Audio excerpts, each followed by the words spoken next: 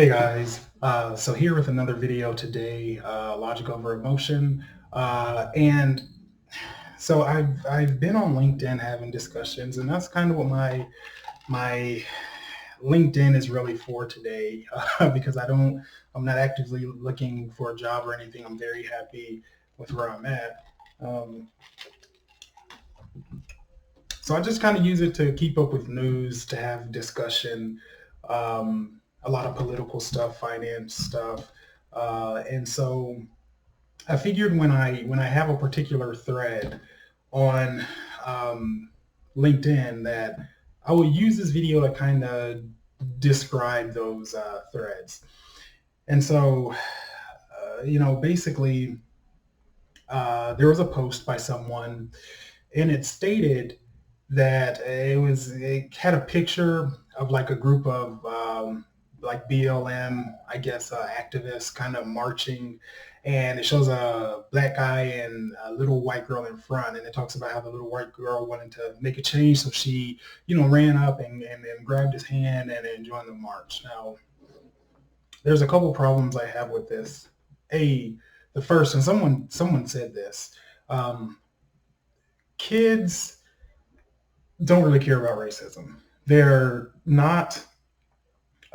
It's not something they think about, and kids generally learn everything through seeing it, hearing it, being a part of it. Um, this girl looks maybe 5 or 6 years old.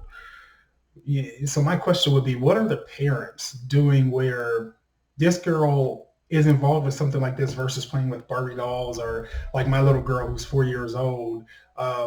She doesn't care anything about this, right? She's being a child and enjoying herself and eating too many sweets and stuff like that. But the idea that this 5 or 6 year old would even care is a problem, and in my opinion, it shows bad parenting because they shouldn't even be involved in anything like this. And it kind of goes into the second point that I wanted to make regarding this situation, uh, because Morgan Freeman said something a while back when he was interviewed about racism and things like what we talk about today, like reparations and all that. And his idea is, hey, just forget about it.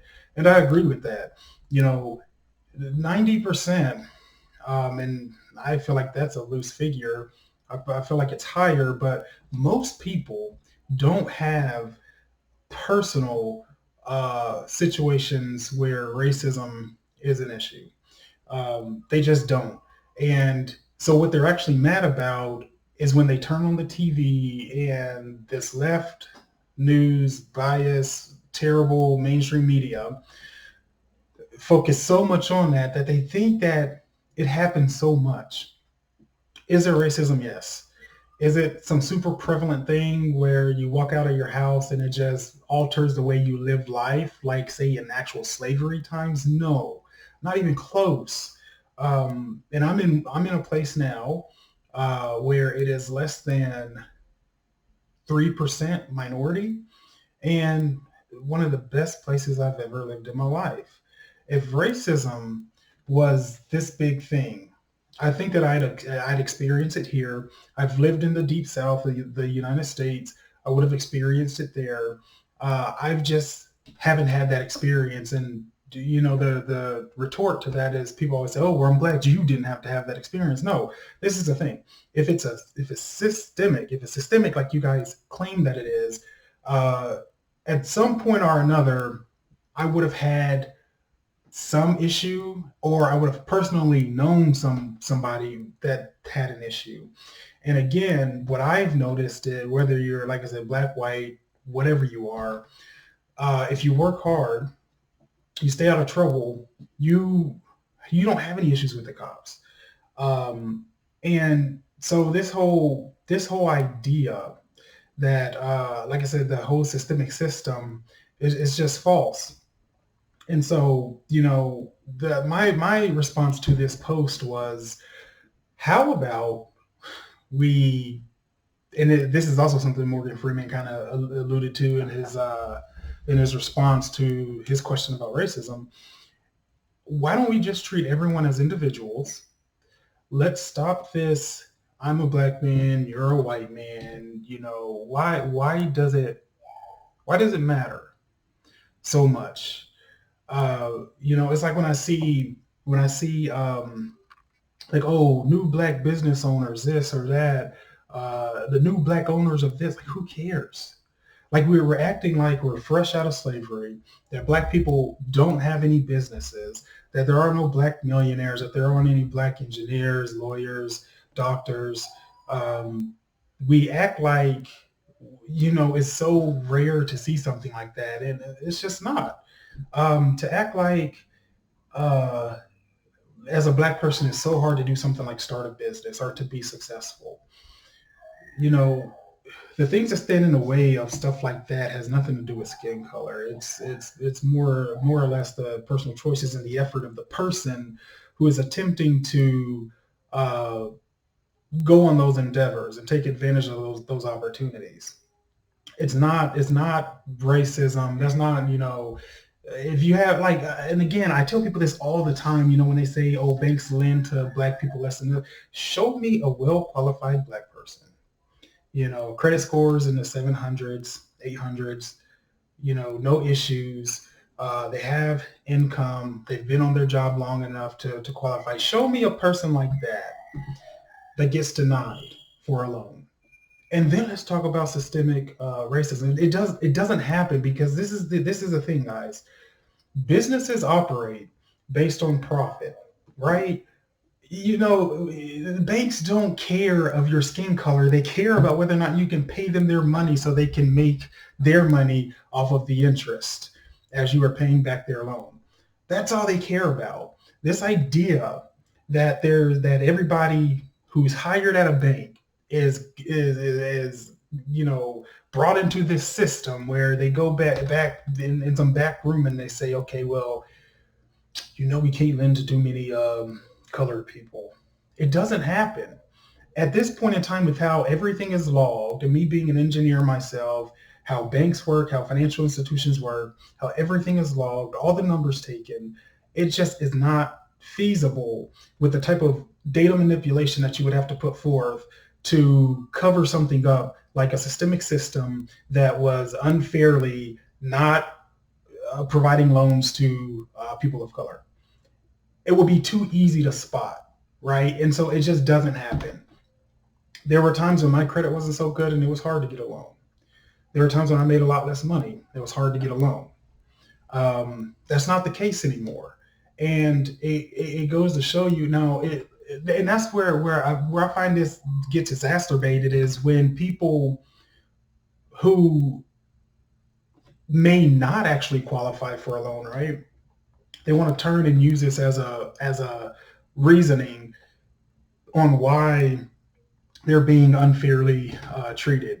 When in actuality, they know that maybe they do have blemishes on their credit, or maybe they've only been with that job 2 or 3 months, and it is so easy to play into the hand of the idea being created that, oh well, it really has nothing to do with those other criteria. It's your skin color, and it just doesn't make sense. It's the same idea. Like if say and the reason, this is the real reason, and I kind of alluded to this before, that you as a business owner you cannot implement a system of racism simply because in many industries you couldn't be profitable. For instance, if say the NBA, say you had a head coach or a GM or a team owner that was racist and didn't want black players to play for his team. Now, how far do you think that team would go this day and age? It's fair to say that genetically speaking, black people, are pretty good athletes. And it probably would be hard to win a championship today in most sports where that black people are actually a part of. It will be hard to win a championship without having any of them on your team. And so this idea This systemic idea is just crazy. And this is one thing that I tell people all the time. Um, at this point, it's almost like the idea of police brutality, and you'll see how this ties in a second. Everyone thinks that police are more likely to pull a gun or a taser or any type of weapon on a black person. And that is untrue. Because of the perception of police that we have created today, police are more likely not to pull a gun on a person, on a person of color, out of fear of being fired, being retaliated against, having their life destroyed. That being said, it's a positive thing to be black. And it's a positive thing not only from that, but from the viewpoint of banks, uh, companies who are hiring. The reason being is because everybody's on this push for diversity. If everybody wants more diversity, you're being given an advantage. Now, I think stuff like affirmative action and all that is wrong. And I think at the end of the day, the best person for the job should be hired. But if you're given an advantage, um, don't cry about it and act like uh, there's a system out there still stopping you. No, take advantage of that. Say, be willing to say, and like I said, how you can claim systemic racism when you can literally look everywhere and see people of color in every company.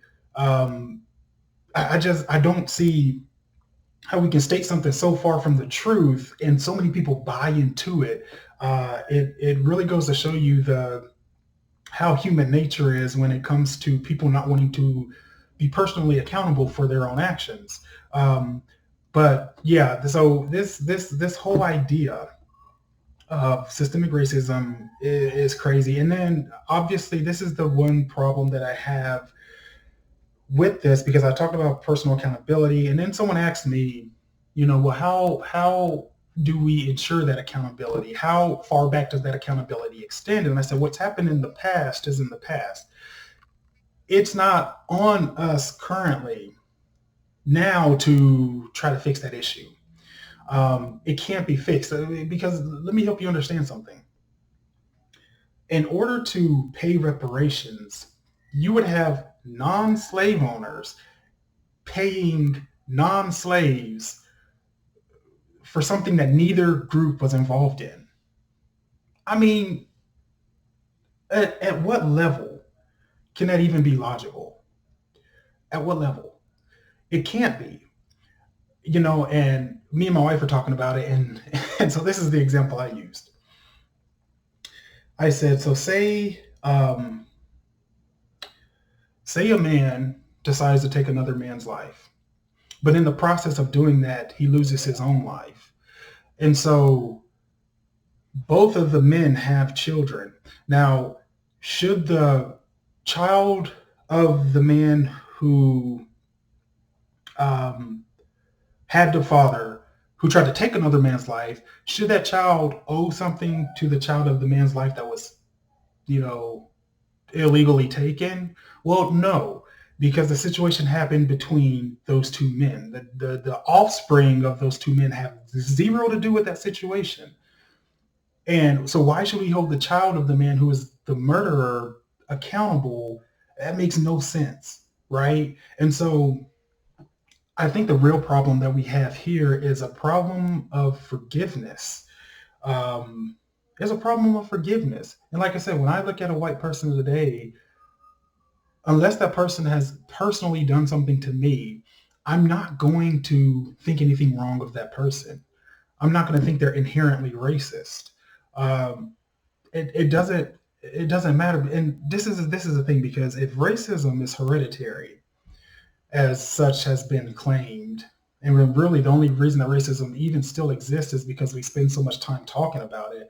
But if it were hereditary, then everyone in the world would to some extent be racist, because every race has been enslaved. And if every race has been enslaved and different people have enslaved different races, and then they produced offspring, and that you just pass that racism down, you have to remember that Black Africans, initially sold other Africans into slavery, right? So, I mean, none of this makes sense, and it's being cherry picked, and we're only worried about North American racism and slavery when that's just been a part of life. And what people have to understand is it's not something that you can erase, because just like there's pros and cons to everything, there are going to be people who associate certain things with race. It's just how it is. It's kind of like there are certain things that I associate myself with through being an engineer, the way I think. Um, Me and my wife are very different on that end of the spectrum. We'll watch a movie and I'll be way too logical about it. It's something I associate with. But being an engineer is also something that I chose to do. Uh, and what people have to understand that you're going to have people who are, unfortunately raised in a situation, or who become part of a situation where they learn that people should be treated differently based on race. Those people will never cease to exist. This idea of a utopian um, society where everything is euphoric and there are no downsides, that's not life. You're not going to erase racism. You can't do it through legislation. You can't do it through brainwashing. It will always exist. And so, what I say about that is let's all be individuals, treat everyone as an individual, um, and let's stop acting like white people didn't help us, you know, get free from slavery, right? Like that's the crazy thing to me. It's like, well, I mean, yeah, there was a civil war, but I mean, you know how many white people lost their lives for that? And it's kind of like, we don't even care about that, right? Um, and now, of course, as I talk about all of this, the real truth behind it, we know, isn't actually getting reparations. It isn't even solving a problem. Because, like I said, the irony here is if we were to solve the problem of divisiveness, which it was really not a problem, it's a artificially manifested problem. But if we happen to solve it, you'd have a lot of people out of a job, and those people are not going to want to be out of a job. So they're going to find any and every way to keep us divided. Like it's like I tell people, anecdotal evidence doesn't stand in for scientific, uh, studies. But that being said, when the media is so biased, you have to learn to be smart and to some extent use some anecdotal evidence. I'm not saying believe only on it, but what I mean is, okay, I believe that there's not a system of racism in the United States at an institutional level or anything like that, not even close. Now, like I said, I've had many jobs in corporate America. I've had obviously many in my college days. I've had jobs where I wasn't necessarily in corporate America. I was more, I worked at FedEx and done stuff like that. But throughout my jobs in corporate America, working in different states, um, traveling. I was a consultant at one point and traveled throughout many different states. And like I said, just personally for me and talking to people that I know, race is not a thing. When I talk to other people who are achieving success in life, race never comes up as a challenge. It's never right. Like usually for people, excuse me, usually for people who are successful, the what's hard for them is time, having the time to work, to further learn, to invest, to take care of a family. It's time. They aren't worried about such and such, this and that, because as someone who is successful, they already know that there is no magical system just holding them back. They understand that what they invest day in and day out in their 24 hours of the day, the same as every other person's 24 hours, if they invest that time wisely, exercise, get their sleep, and do all that stuff, that they have a very good chance at succeeding. And so to wrap this all up, the one thing that I do want to say is people start getting your kids involved in this. I'll outright say it. You're not a good parent for doing it. You're not woke. You're not, preparing your child for what you're actually doing is you're, you're, you're creating, you're creating what's already out there to continue to be perpetuated. And now, like, this little girl's marching, she sees the march, and now all of a sudden she thinks that there's a problem with racism. She's going to look at her little black friends differently, her colored friends differently. She's going to have pity for them and think that she needs to do something special for them. Look, as someone who is successful, who has achieved a six-figure salary, who has uh, understood, who had both parents in the home, who has understood that their success is just based on time invested. I have a wife, I have two young kids. um, I live in a very, very nice neighborhood. You're not going to, like I said, tell me for a second that someone else controls my destiny. It just doesn't happen. And that's the other thing that I want to say. No one else controls your destiny. Um, so you can get caught up in all this racist stuff and this and that. But at the end of the day, like I said, if you can't account for your own time, if you can't account for your own finances, if you can't, if you can't really basically track your life, then where you are is your problem. My dad used to ask me all the time, um, because at one point I was doing more powerlifting. I was closer to 300 pounds. And then I dropped to like 220 and said, okay, I want to actually be able to see my abs. So I dropped to like 220. And, my dad would say, man, how'd you drop all that weight? Um, how were you able to do it? And I said, well, I had to find a way to track, what I was doing. So this is the thing. He would always say, oh, what could I eat to this time of day to keep me on track of this and that. And I said, I can't tell you that because you're not tracking what you're eating. You don't know how much you're eating. So again, if you don't know how much effort you're actually putting into something, like, you have to learn to quantify everything. So if you don't know how much time you're putting into something, if you don't know how much sleep you're getting, um, you know, when I first started studying for my certifications to get me to where I am today, I made sure I had an hour or two every single day to study. I started there, and then I said, okay, well, I will adjust depending on where I went. To, I think it was maybe 2 or 3 months, I was certified in cloud security and received a very nice offer sometime after that. And so, as long as you're tracking, just like I said, with just money and everything, if you're budgeting your money, all that kind of stuff, you're being responsible, you're paying your taxes, you're not doing stupid stuff while you're driving and getting pulled over, you're going to have zero problems in life. And your life is going to go smooth. And the stuff you see on TV, you're going to just be like, does this actually exist? And to an extent, it does exist. But just like all of these people that have had negative encounters with the police, like I said, not to do any disservice to them, but they, generally speaking, most of them, if not all, have had some type of criminal record, have been involved in something they shouldn't have been involved in. But anyway, that's going into another video. So I just wanted to drop this video, like I said, discussing this kind of meme thing that I saw with the little girl. So let's be better parents, people, and let's stop this false narrative. Because, like I said, you're only hurting your own kids, and that's the part that is just mind-numbing to me. Like, when I think, what is going to make my children be successful? It's not telling them that they're at a huge disadvantage and that they have no chance at life. So anyway, guys, if you like the video, make sure you like, comment, and subscribe. I will be pumping these out more consistently. Life has been really tough. I'm about 3 weeks in, I think, to my new house that we just moved to, and I still don't have my furniture yet. It's been kind of slow due to COVID. So as you can see, I'm on my temporary setup here, and I have a temporary work setup behind me.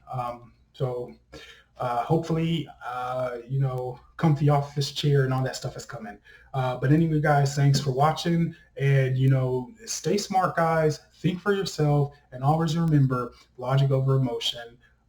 Because at the end of the day, numbers never lie. All right. Thanks for watching.